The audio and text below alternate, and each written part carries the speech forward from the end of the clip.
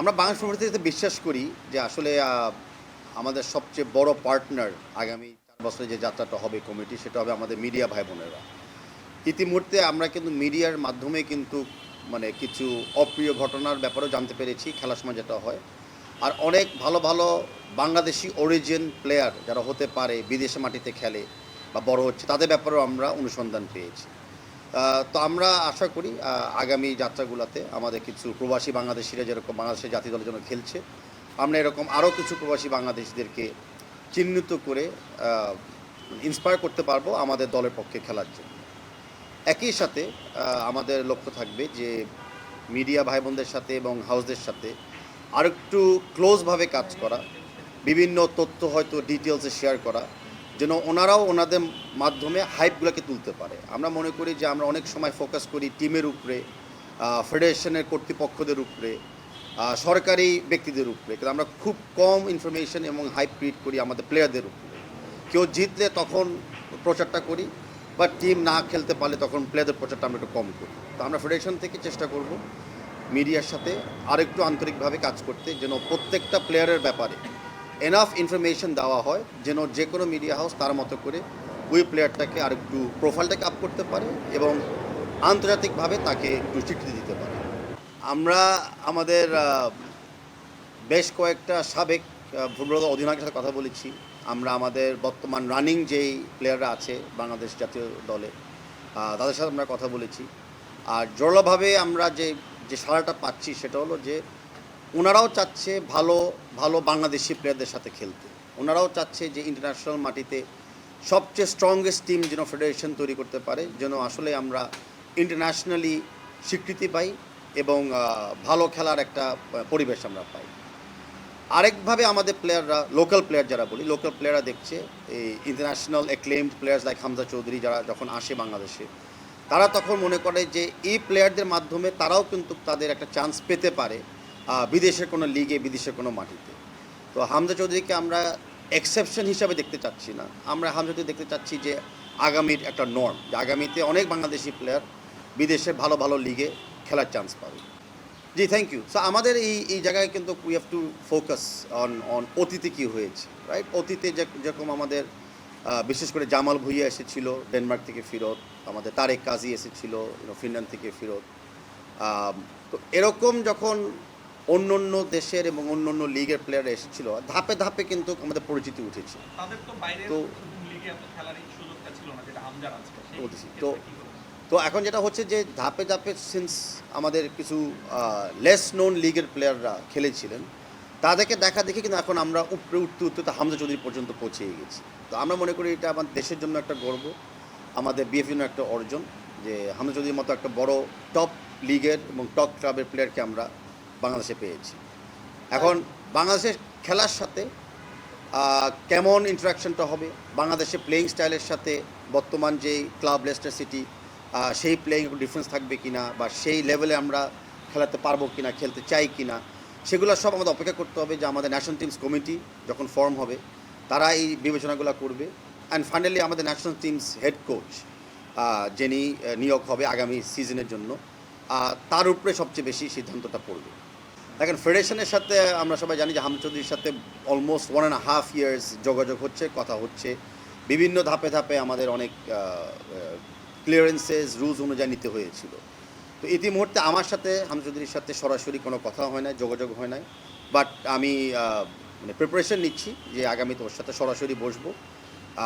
But আমরা একটু গুছাই নিচ্ছি যে আমাদের আরও 2-1টা প্লেয়ার আমরা পাই কিনা যারা হয়তো আমাদের ন্যাশনাল টিমে খেলতে চায়, আর আমাদের স্কেডিউলটা কী হবে। তো সব তথ্য একসাথে করে আমি তার সাথে বসার জন্য অতি শিগগিরই একটা প্ল্যান নিচ্ছি। দেখেন, ফুটবলাররা আর ফুটবলাররা যারা প্রফেশনাল, তাদের এবিলিটি আছে টু অ্যাডাপ্ট। তারা যে কোনো কোচের খেলার সাথে অ্যাডাপ্ট করতে তাদের এবিলিটি থাকতে হয়। অনেক সময় মাঠে পরিবর্তন আসে, হার্ড পিচ থাকে, সফট পিচ থাকে, টার্ফ পিচ থাকে, ওয়েদারের একটা পরিবর্তন আসে। আমরা যেটা জানি যে এর আগে আমাদের প্লেয়াররা ভুটানেও খেলেছিল হাই এলিভেশনে।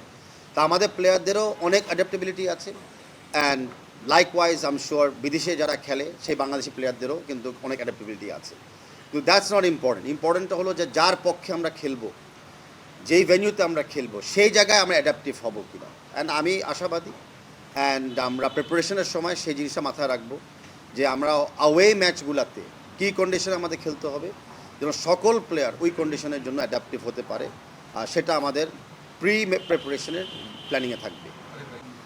আমি এখন ইন্ডিভিজুয়ালি কোনো প্লেয়ারের ব্যাপারে বলতে চাচ্ছি না, কারণ অনেকগুলো প্লেয়ারের ব্যাপারে অনেকগুলো স্টেজেস আছে, অনেকগুলো প্লেয়ারদের তাদেরও নিজস্ব কিছু ক্লাবদের সাথে ক্রাইটেরিয়া আছে of disclosure and non disclosure. আমি কারো ব্যাপারে কোনো কথা বলে এই মুহূর্তে অগ্রিম কোনো তথ্য দিতে চাচ্ছি না, যেটা হয়তো পরবর্তীতে সত্য না হতে পারে।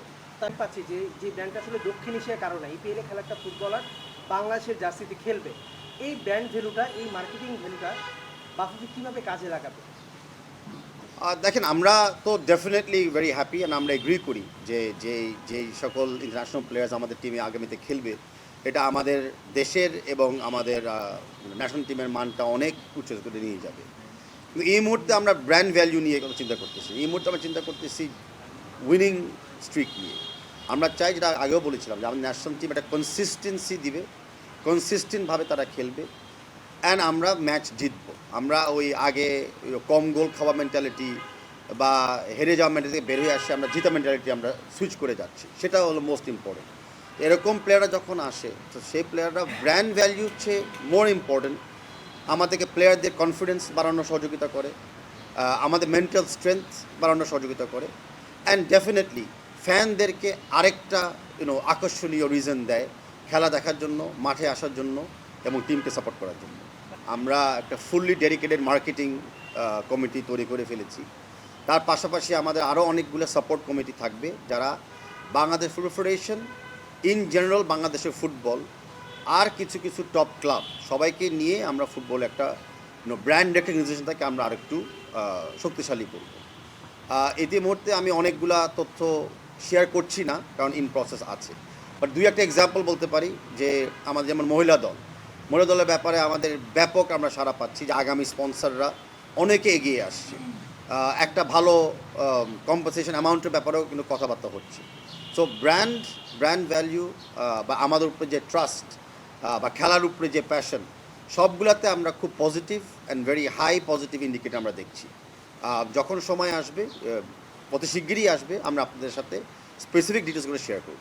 কোচ নিয়ে আমরা এখনও কথা বলছি না, আমরা প্রতিটা দিন কন্ট্রাক্ট অনুযায়ী আমরা এগিয়ে যাচ্ছি। তো বর্তমান আমাদের ন্যাশনাল টিমের কোচের কন্ট্রাক্ট আছে 31 ডিসেম্বর পর্যন্ত। তো 31 ডিসেম্বর পর্যন্তই আমরা একটা কোচকে নিয়ে কথা বলছি, সেটা হলো আমাদের কারেন্ট কন্ট্রাকচুয়ালি যে কোচ আছে। আমরা জানুয়ারি 1 তারিখ থেকে আমরা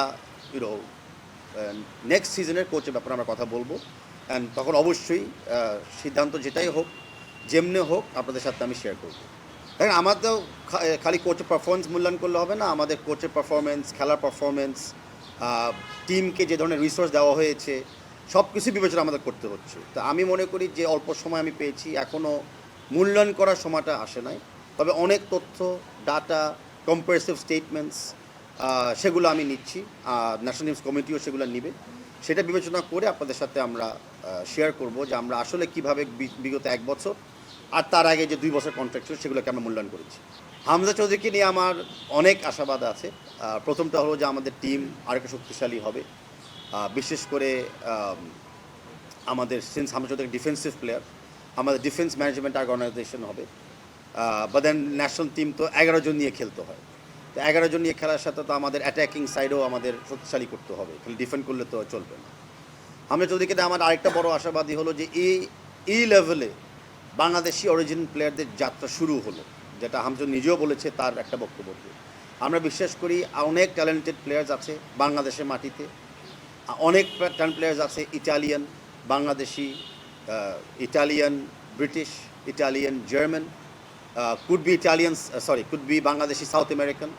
তো সেরকম স্কিলফুল, ট্যাক্টফুল প্লেয়ারদেরকে আমি বিশ্বাস করি যে হামজা চৌধুরী ইন্সপায়ার করবে বাংলাদেশের জার্সি পরে খেলার জন্য আর বাংলাদেশের পতাকা হাতে রাখার জন্য। এখানে কোনো ক্রেডিটের ব্যাপার না, এটা ধারাবাহিকের কথা। আমি আমার প্রথম বক্তব্যতে যখন প্রেসিডেন্ট নির্বাচিত হয়ে আমি বলেছিলাম যে আমি বিগত কমিটিদেরকে, বিশেষ করে লাস্ট কমিটিকে ধন্যবাদ জানাই, ওনারা একটা কন্টিনিউয়াস প্রোগ্রামে একটা শান্তভাবে নতুন কমিটিকে হ্যান্ড ওভার করে প্রসেসটা দিয়েছে। তো সব অসমাপ্ত কাজ যেগুলো ছিল, সেগুলো প্রসেসে ছিল বলে আমরা সমাপ্ত করতে পেরেছি। সো কেউ উদ্যোগ নিবে, কেউ কমপ্লিট করবে, এরকম আমরাও এই কমিটির মাধ্যমে অনেক উদ্যোগগুলো নিব, সেটা নেক্সট কমিটি আশা করি কমপ্লিট করবে। তো এটা ধারাবাহিকতা, আর আমি মনে করি এটা ফুটবলের জন্য অত্যন্ত একটা পজিটিভ সাইন যে আমরা এখানে কোনো আগের পরের কমিটিতে ভিতরে কোনো বিবাদ সৃষ্টি করি না, আমরা কোনো রাজনীতিক আচরণ বা এন্ট্রি আমরা এখানে আসতে দিই না, আমরা কোনো ব্যক্তিগত ইস্যুকে সামনে গড়তে দিই না। তো এই কালচারটা আই হোপ আমিও বজায় রাখতে পারবো, অ্যান্ড আমি বিশ্বাস করি এর পরের থেকে ফুটবলটাকে আরও উন্নতমান আমরা করতে পারবো। আমার এই মুহূর্তে কোনো বিষয়তে ক্লিয়ার করার কোনো তথ্য নাই, কারণ আমরা এখনও প্ল্যানিং স্টেজে আছি। আমি অ্যাপোলোজাইজ করি, যে আপনাদের অনেক প্রশ্নের উত্তর আমি এখন দিতে পারছি না। বাট এএফসির আমরা স্কেজুল মাত্র পেলাম, এএফসি কোয়ালিফায়ার্স কাপের স্কেজুল পরে আমরা আমাদের প্ল্যানিং শুরু করে দিয়েছিলাম। প্ল্যানিংয়ের ইন প্রিন্সিপাল থাকবে অবশ্যই ফ্রেন্ডলি ম্যাচ, কিন্তু ফ্রেন্ডলি ম্যাচটা ক্লোজ ডোর হবে। আমরা ডেফিনেটলি ভিডিও বা আউটসাইডার স্কাউটদেরকে সেখানে অ্যালাউ করতে দিব না। আমরা ইন্ডিয়া ম্যাচটাকে ভেরি ভেরি ভেরি ইম্পর্টেন্স হিসেবে দেখছি। আপনারা জানেন যে ইন্ডিয়া আমাদের গ্রুপে হলো টপ সিডেড টিম, পট 1 থেকে তারা এসেছে, আর একটা টিমই কিন্তু গ্রুপ থেকে কোয়ালিফাই করবে। তো ফার্স্ট ম্যাচ যদি আমরা ভালো করতে পারি, ডেফিনেটলি আমরাও গ্রুপ চ্যাম্পিয়ন হিসাবে একটা স্বপ্ন দেখার বাস্তবায়নতে আমরা এগিয়ে যাব। আর রিগার্ডিং প্ল্যানিং প্রিপারেশন আমাদের লিগ 1 যখন শেষ হবে জানুয়ারি 25 তারিখে, তারপরে আমরা ন্যাশনাল টিমে কল আপ করবো, অ্যান্ড আমরা একটা অলমোস্ট 4 সপ্তাহ প্রোগ্রামে আমরা হাতে নিতে যাচ্ছি। বাট এগুলোর প্রিন্সিপাল কথা বলছি, বাট এক্স্যাক্ট ডিটেলস, কার সাথে খেলবো, কবে খেলবো, কোথায় খেলবো, কবে যাব ইন্ডিয়াতে, এগুলো সব আমরা আরেকটু সময় নিয়ে আপনাদেরকে বলবো। ইয়েস, আমাদের বর্তমানে 3টা এডিশনাল মাঠ আছে, স্টেডিয়াম আছে, যেখানে আমাদের স্বীকার করতে হয় যে বাংলাদেশের টপ প্লেয়ারদের জন্য ওই খেলা উপযুক্ত নয়। ব্যাপারটা আমরা দেখছি। আমরা মাঠটা আনফর্চুনেটলি লিগ শুরু হওয়ার জাস্ট 2-1 দিন আগে আমরা পেয়েছি। এটা ব্যাপারে আমরা নিয়মিত ন্যাশনাল স্পোর্টস কাউন্সিলের সাথে যোগাযোগে ছিলাম এবং আছি।